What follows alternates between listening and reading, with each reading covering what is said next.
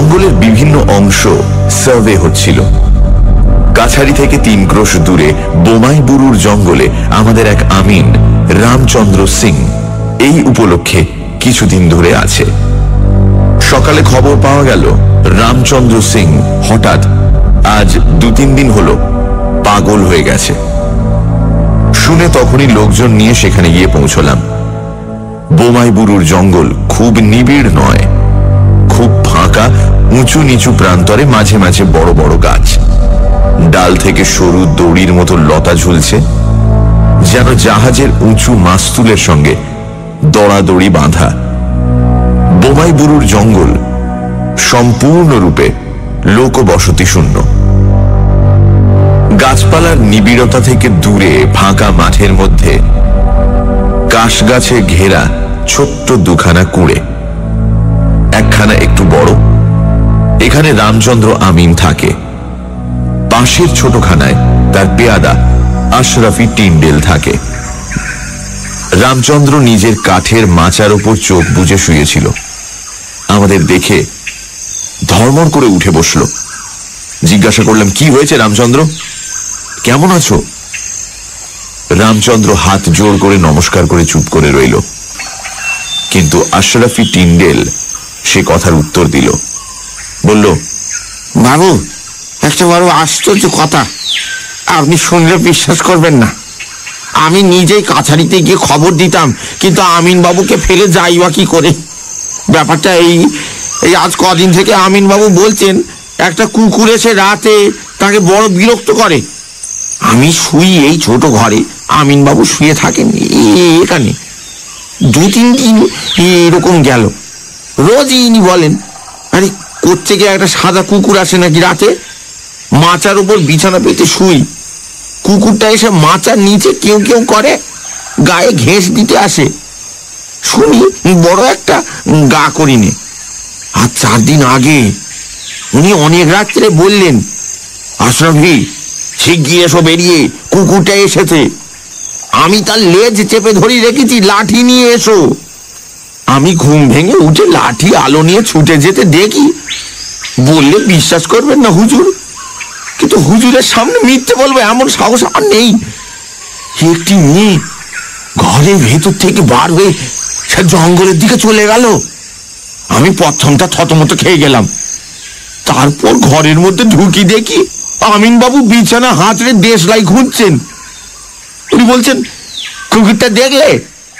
আমি বললাম, কুকুর কই বাবু, একটা কে নাকি মেয়ে সে তো বের হয়ে গেল। উনি বললেন, উল্লুক, আমার সঙ্গে বেয়াদবি, মেয়ে মানুষ কে আসবে এই জঙ্গলে দুপুর রাতে? আমি কুকুরটার লেজ চেপে ধরেছিলাম, এমনকি তার লম্বা কান আমার গায়ে ঠেকেছে। মাচার নিচে ঢুকে কেউ কেউ করছিল। নেশা করতে শুরু করেছে বুঝি? রিপোর্ট করে দেবো সদরে। পরদিন রাতে আমি সজাগ হয়েছিলাম অনেক রাত পর্যন্ত। যেই একটু ঘুমিয়েছি অমনি আমিন বাবু ডাকলেন। তা আমি তাড়াতাড়ি ছুটে বেরিয়ে আমার ঘরের দোর পর্যন্ত গিয়েছি। এমন সময় দেখি একটি মেয়ে ওর ঘরের উত্তর দিকের বেড়ার গা বেয়ে জঙ্গলের দিকে যাচ্ছে। তখনই আমি নিজে জঙ্গলের মধ্যে ঢুকলাম। ও অতটুকু সময়ের মধ্যে লুকাবে কোথায়, আরে যাবেই বা কতদূর? বিশেষ করে আমরা জঙ্গল জরিপ করি, অন্দি সন্ধি সব আমাদের জানা আছে। কত খুঁজলাম বাবু, কোথাও তার চিহ্নটি পাওয়া গেল নি। শেষে আমার কেমন সন্দেহ হলো, মাটিতে আলো ধরি দেখি কোথাও পায়ের দাগ নেই। আমার নাগরা জুতোর দাগ ছাড়া ওর পায়ের দাগ নেই বাবু।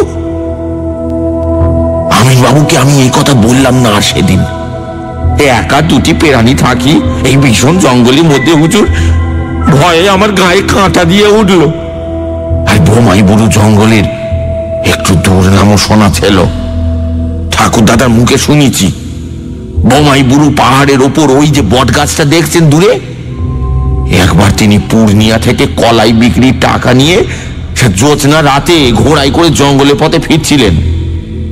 ওই বটতলায় এসে দেখেন একদল অল্প বয়সী সুন্দরী মেয়ে হাত ধরাধরি করে জ্যোৎস্নার মধ্যে নাচছে। এদেশে বলে ওদের ডামা বানু, এক ধরনের জিন পরি, নির্জন জঙ্গলের মধ্যে থাকে, মানুষকে বেঘরে ফেলে মেরেও ফেলে হুজুর। হুজুর পরদিন রাতে আমি নিজে আমিন বাবু তাঁবুতে শুয়ে জেগে রইলাম সারা রাত জেগে জরিপের থাক বন্দির হিসেব কষতে লাগলাম। বোধহয় শেষ রাতের দিকে একটু ঘুম এসে থাকবে। হঠাৎ কাছেই একটা কিসের শব্দ শুনে মুখ তুলে চাইলাম, দেখি আমিন সাহেব ঘুমোচ্ছেন ওর খাটে, আর খাটের নিচে কি একটা ঢুকেছে। মাথা নিচু করে খাটের নিচে দেখতে গিয়ে চমকে উঠলাম হুজুর। আধো আলো আধো অন্ধকারে প্রথমটা মনে হলো একটি মেয়ে যেন গুটি সুটি মেরে খাটের তলায় বসে আমার দিকে হাসি মুখে চেয়ে আছে। স্পষ্ট দেখলাম হুজুর, আপনার পায়ে হাত দিয়ে বলতে পারি, এমনকি তার মাথায় বেশ কালো চুলের গোছা পর্যন্ত স্পষ্ট দেখেছি। লণ্ঠনটা ছিল যেখানটাতে বসে হিসেব করছিলাম সেখানে, হাত 6-7 দূরে।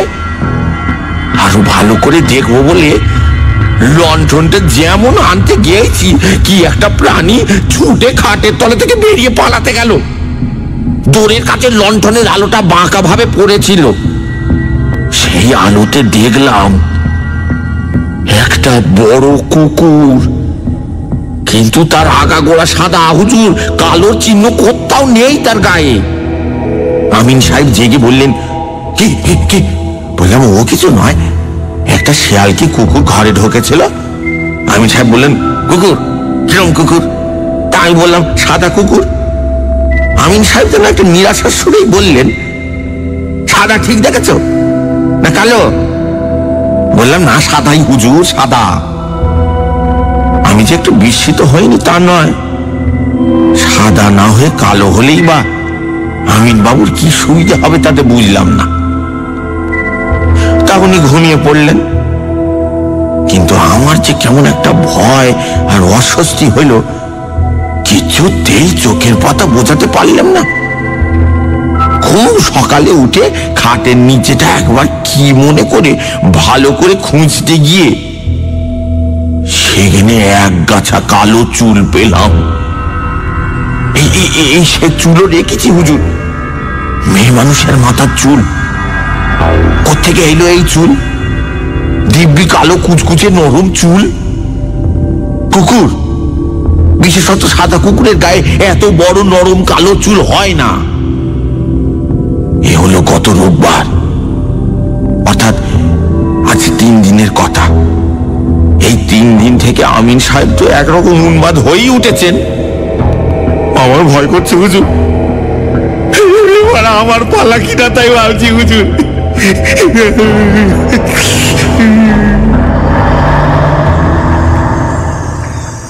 গল্পটা বেশ আষাঢ়ে গোছের বটে। সে চুলগাছি হাতে করে দেখেও কিচ্ছু বুঝতে পারলাম না। মেয়ে মানুষের মাথার চুল, সে বিষয়ে আমারও কোনো সন্দেহ রইল না। আশরাফি টিন্ডেল ছোকরা মানুষ, সে যে নেশা ভাঙ করে না, এই কথা সকলেই এক বাক্যে বলল। জনমানব শূন্য প্রান্তর ও বনঝোপের মধ্যে একমাত্র তাঁবু এই আমিনের সবচেয়ে কাছের লোকালয় হচ্ছে লবটুলিয়া, 6 মাইল দূরে। মেয়ে মানুষই বা কোথা থেকে আসতে পারে অত গভীর রাতে? বিশেষ করে যখন এই সব নির্জন বনপ্রান্তরে বাঘ ও বুনো শুয়োরের ভয়ে সন্ধ্যের পর আর লোকই বেরোয় না। যদি আশরাফি টিন্ডেলের কথা সত্যি বলে ধরে নিই, তবে ব্যাপারটা খুব রহস্যময়। অথবা এই পাণ্ডব বর্জিত দেশে, এই জনহীন বনজঙ্গল ও ধুধু প্রান্তরের মধ্যে 20 শতাব্দী তো প্রবেশের পথ খুঁজে পায়নি, ঊনবিংশ শতাব্দীও পেয়েছে বলে মনে হয় না। অতীত যুগের রহস্যময় অন্ধকারে এখনো এসব অঞ্চল আচ্ছন্ন। এখানে সবই সম্ভব। সেখানকার তাঁবু উঠিয়ে রামচন্দ্র, আমিন ও আশরাফি টিন্ডেলকে সদর কাছারিতে নিয়ে এলাম। রামচন্দ্রের অবস্থা দিন দিন খারাপ হতে লাগলো। ক্রমশ সে ঘোর উন্মাদ হয়ে উঠল। সারা রাত চিৎকার করে, বকে, গান গায়। ডাক্তার এনে দেখালাম, কিছুতেই কিছু হলো না। অবশেষে তার এক দাদা এসে তাকে নিয়ে গেল। এই ঘটনার একটা উপসংহার আছে, যদিও তা ঘটেছিল বর্তমান ঘটনার 7-8 মাস পরে। তবুও এখানেই তা বলে রাখি। এই ঘটনার 6 মাস পরে চৈত্র মাসের দিকে দুটি লোক কাছারিতে আমার সঙ্গে দেখা করল। একজন বৃদ্ধ, বয়স 60-65 কম নয়। অন্যটি তার ছেলে, বয়স 20-22। তাদের বাড়ি বালিয়া জেলায়। আমাদের এখানে এসেছে চোরি মহল বলে একটা জায়গা, সেটার ইজারা নিতে। অর্থাৎ আমাদের জঙ্গলে খাজনা দিয়ে তারা গরু মোষ চড়াবে। অন্য সব চোরি মহাল তখন বিলি হয়ে গেছে। বোমাই বুরুর জঙ্গলটা তখনও খালি পড়েছিল, সেটাই বন্দোবস্ত করে দিলাম। বৃদ্ধ ছেলেকে সঙ্গে নিয়ে একদিন মহাল দেখেও এলো। খুব খুশি, বলল, খুব বড় বড় ঘাস হুজুর, বহুত আচ্ছা জঙ্গল। হুজুরের মেহরবানি না হলে ওমন জঙ্গল মিলত না। রামচন্দ্র ও আশরাফি টিন্ডেলের কথা তখন আমার মনে ছিল না, থাকলেও বৃদ্ধের কাছে সেটা হয়তো বলতাম না, কারণ ভয় পেয়ে এসে পালিয়ে গেলে জমিদারের লোকসান। স্থানীয় লোকেরা কেউই ওই জঙ্গলের ধার ঘেঁষত না। রামচন্দ্র আমিনের সেই ব্যাপারটির পরে। সানডে সাসপেন্সে আজ বিভূতিভূষণ বন্দ্যোপাধ্যায়ের লেখা বোমাই বুরুর জঙ্গলে। বোমাই বুরুর জঙ্গলে সার্ভে চলাকালীন হঠাৎ খবর পাওয়া গেল রামচন্দ্র আমিন নাকি পাগল হয়ে গেছে। লেখক খোঁজ করতে গেলেন। রামচন্দ্র একেবারে চুপ। কিন্তু ঘটনাটা কি হয়েছিল বলল আশরাফি টিন্ডেল। রামচন্দ্র বলছে রোজ রাতে তার ঘরে একটা সাদা কুকুর এসে তাকে বিরক্ত করে। আশরাফি কুকুর খুঁজতে গিয়ে দেখল একটা মেয়ে ঘর থেকে জঙ্গলের দিকে চলে গেল, এবং সারা রাত পাহারা দিয়েও দেখল খাটের তলায় একটি মেয়ে। কিন্তু ভালো করে আলো ফেলে দেখতে গিয়ে দেখল একটা সাদা কুকুর। সকালে খাটের নিচে থেকে বের হলো এক গাছা কালো চুল। এই রহস্যময় ঘটনার পর থেকে রামচন্দ্র ক্রমে পুরো পাগল হয়ে গেল। এই ঘটনার 6 মাস পরে এক বৃদ্ধ তার ছেলেকে নিয়ে এলো ওই জঙ্গলে গরু মোষ চড়াবে বলে। লেখক তাদের রামচন্দ্র ও টিন্ডেলের ঘটনাটা জানালেন। তারপর মাসখানেক পরে বৈশাখের গোড়ায় একদিন বৃদ্ধ লোকটি কাছারিতে এসে হাজির। ভীষণ রাগী রাগী ভাব। তার পেছনে সেই ছেলেটি কাঁচুমাচু ভাবে দাঁড়িয়ে। জিজ্ঞেস করলাম, কি ব্যাপার? বৃদ্ধ রাগে কাঁপতে কাঁপতে বলল, এই বাঁদরটাকে নিয়ে এলাম হুজুরের কাছে দরবার করতে। ওকে আপনি পা থেকে খুলে 25 জুতো মারুন, ও জব্দ হয়ে যাবে। কি হয়েছে? কি হুজুরের কাছে বলতে লজ্জা করে। এই বান্দর এখানে এসে পর্যন্ত বিগড়ে যাচ্ছে। আমি 7-8 দিন প্রায় লক্ষ্য করছি। লজ্জা করে বলতে হুজুর, লজ্জা করে। প্রায় মেয়ে মানুষ ঘর থেকে বার হয়ে যায় হুজুর। একটা মাত্র খুপড়ি হুজুর, এ 8 হাত লম্বা হবে। ওখানেই আমরা দুজনে শুই। আমার আঁখে ধুলো দিতে পারাও সোজা কোথা নয়। 2 দিন যখন দেখলাম তখন ওকে জিজ্ঞেস করলাম, ও একেবারে গাছ থেকে পড়লো হুজুর। বলে, কই, আমি তো কিছু জানি না। আরো 2 দিন যখন দেখলাম তখন একদিন দিলাম আচ্ছা করে ওকে মার, আর চোখের সামনে বিগড়ে যাবে ছেলে। কিন্তু তারপরেও যখন দেখলাম এই পরশু রাতে হুজুর, তখন ওকে আমি হুজুরের দরবারে নিয়ে এসেছি। হুজুর শাসন করে দিন, হুজুর শাসন করে দিন। হঠাৎ রামচন্দ্র আমিনের কথা মনে পড়ে গেল। জিজ্ঞাসা করলাম, কত রাতে দেখেছ? প্রায় শেষ রাতের দিকে হুজুর, এই রাতের 2-1 ঘড়ি বাকি থাকতে। ঠিক দেখেছ? মেয়ে মানুষ? হুজুর, আমার চোখের তেজ এখনো তো তোর কম হয়নি। জরুর মেয়ে মানুষ, এই বয়সেও কম। কোনদিন পরনে সাদা ধোয়া শাড়ি, কোনদিন বা লাল, কবি কালো। একদিন মেয়ে মানুষটা বেরিয়ে যেতেই আমি পিছু পিছু গেলাম। কাছের জঙ্গলের মধ্যে কোথায় পালিয়ে গেল বুঝতে পারলাম না হুজুর। ফিরে এসে দেখি ছেলে যেন আমার খুব ঘুমের ভান করে পড়ে রয়েছে। ডাকতেই ধরমর করে উঠল, যেন अभी अभी नींद से উঠেছে। এই রোগের ওষুধ কাছাড়ি ছাড়া হবে না আমি বুঝলাম। তাই আমি হুজুরের কাছে এসেছি।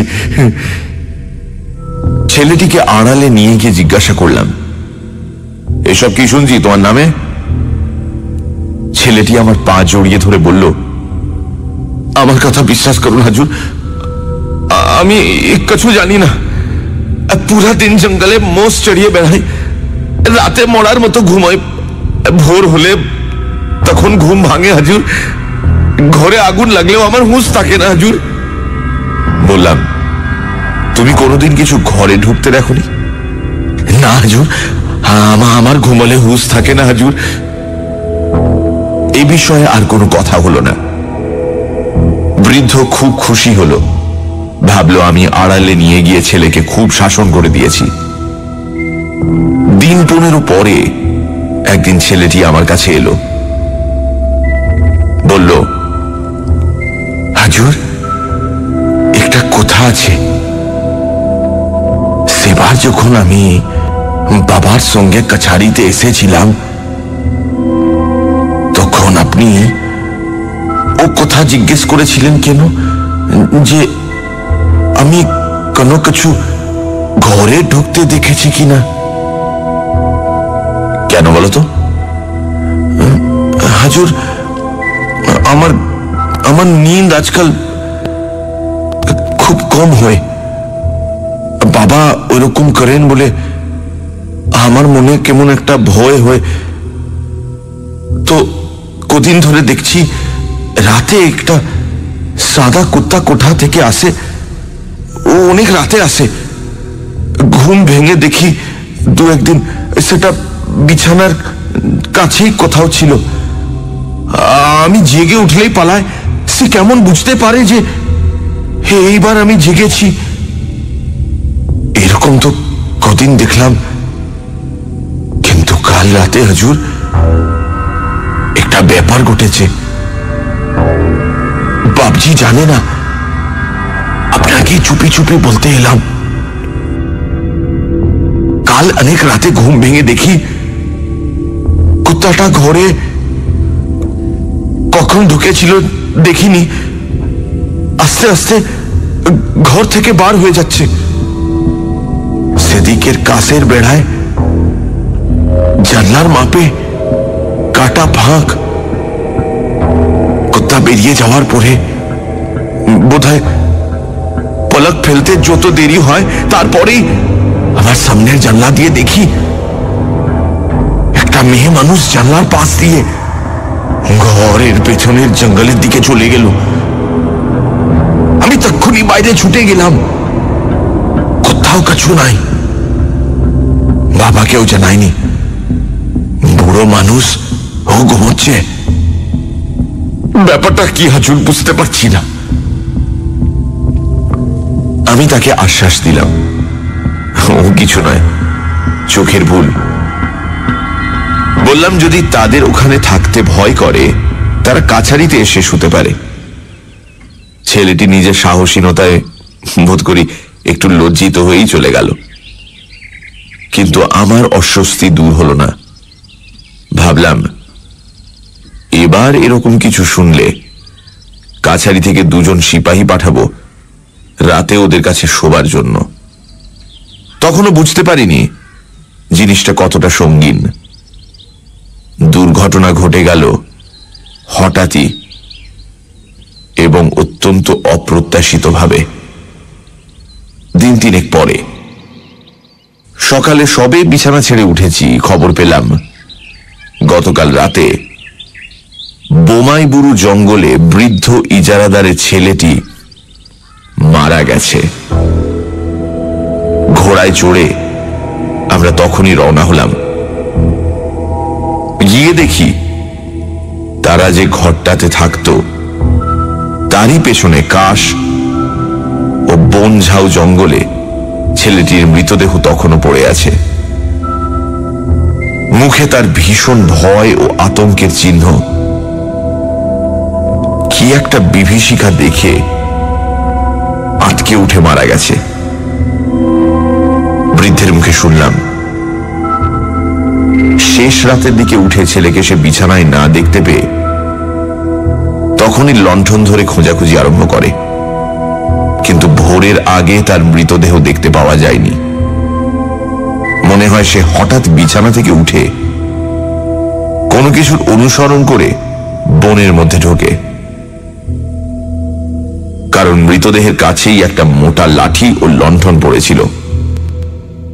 কিসের অনুসরণ করে সে বনের মধ্যে রাতে একা এসেছিল সেটা বলা শক্ত, কারণ নরম বালিমাটির উপর ছেলেটির পায়ের দাগ ছাড়া অন্য কোনো পায়ের দাগ নেই, না মানুষ না জানোয়ারের। মৃতদেহেও কোন রকম আঘাতের চিহ্ন ছিল না। বোমাইবুরু জঙ্গলের এই রহস্যময় ব্যাপারের কোনো মীমাংসাই হয়নি। পুলিশ এসে কিছু করতে না পেরে ফিরে গেল। লোকজনের মনে এমন একটা আতঙ্কের সৃষ্টি করল ঘটনাটি যে সন্ধ্যার বহু আগে থেকে ওই অঞ্চলে আর কেউ যায় না। দিন কতক তো এমন হলো যে কাছারিতে একলা নিজের ঘরটিতে শুয়ে বাইরের ধপধপে সাদা ছায়াহীন উদাস নির্জন জ্যোৎস্না রাতের দিকে চেয়ে কেমন একটা অজানা আতঙ্কে প্রাণ কেঁপে উঠত। মনে হতো কলকাতায় পালাই, এসব জায়গা ভালো নয়। এর জ্যোৎস্না ভরা নৈশ প্রকৃতি রূপকথার রাক্ষসী রানীর মতো তোমাকে ভুলিয়ে বেরে নিয়ে গিয়ে মেরে ফেলবে। যেন এসব স্থান মানুষের বাসভূমি নয় বটে, কিন্তু আলাদা আলাদা লোকের রহস্যময় অশরীরী প্রাণীদের রাজ্য। বহুকাল ধরে তারাই বসবাস করে আসছিল। আজ হঠাৎ তাদের সেই গোপন রাজ্যে মানুষের অনধিকার প্রবেশ তারা পছন্দ করেনি। সুযোগ পেলেই প্রতিহিংসা নিতে ছাড়বে না।